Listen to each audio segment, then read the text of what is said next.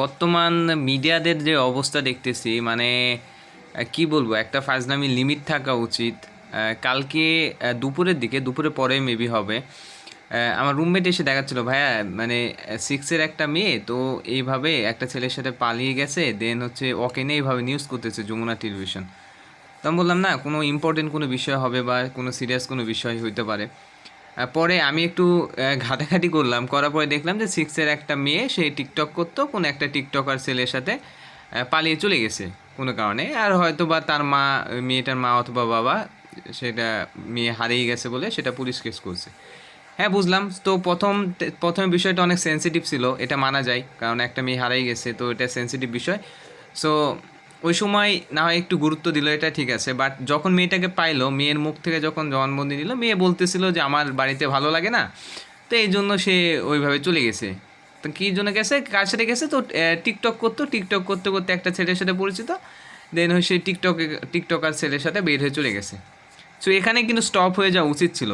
আমি দেখলাম যে দুপুরের পর থেকে ওই মেয়েটারে নিয়ে মানে কি বলবো, মানে দেশে এত সেনসিটিভ ঘটনা ঘটে, আমি জানি না যে কয়টা সেনসিটিভ বিষয় নিয়ে এতগুলা নিউজ টেলিভিশন লাইভ করে, এতগুলো নিউজ টেলিভিশন নিউজ করে, আমি বলতে পারি না। আমি দেখছিলাম কন্টিনিউয়াসলি শুধু মেয়েকে নিয়েই পড়েছিল পুরো বিকাল টাইমটা পুরো শুধু মেয়েকে নিয়ে গেছে, আর পুরো রাত থেকে তো শুধু মেয়েকে নিয়েই পোস্ট হচ্ছে অলরেডি। কেন ভাই, দেশে কি আর কোনো সেনসিটিভ কোনো ঘটনা নাই?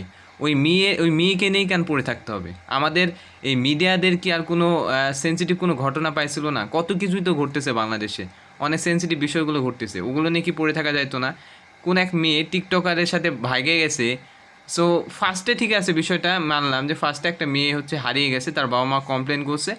তো হারিয়ে গেছে মানে এটা বিষয়টা সেনসিটিভ, অবশ্যই আমিও নিজেও বলি এটা সেনসিটিভ বিষয়। বাট পরবর্তী যখন তুই ঘটনাটা জানতে পারলি, সো তারপরে বিষয়টাকে এত বাড়ানোর কি আছে আমি বুঝতে পারলাম না, এত মশলা দেওয়ার কি আছে বুঝতে পারলাম না। বদমাশ একটা মেয়ে, সে মাত্র ক্লাস সিক্সে পড়ে, এই বয়সে সে একটা টিকটকার ছেলের সাথে ভেগে যাচ্ছে। সো ওটাকে নিয়ে এত হাইপ ছড়ানোর কী আছে বা এত নিউজ করার কী আছে আমি বুঝতে পারলাম না। মানে আমি দেখতেছি বাংলাদেশের মিডিয়ারা এরা হচ্ছে এই যে ফাইজলামু টপিকগুলো এখন দেখতেছি ম্যাক্সিমাম বেশি প্রমোট করতেছে। তো বিষয় আমার খুবই খারাপ লাগছে। আর এটা এমনও বিষয় না, এরকম হর হামেশা ঘটতেছে, কারণ যুগই খারাপ, আমরা এমন একটা যুগে বসবাস করতেছি। সো এই বিষয়টা খুবই খারাপ লাগলো যে বাংলাদেশের মিডিয়াদের মানে মান এতটা নিম্নে চলে গেছে যে আজ এইরকম নিউজকে মানে কন্টিনিউয়াসলি প্রমোট করতে হচ্ছে।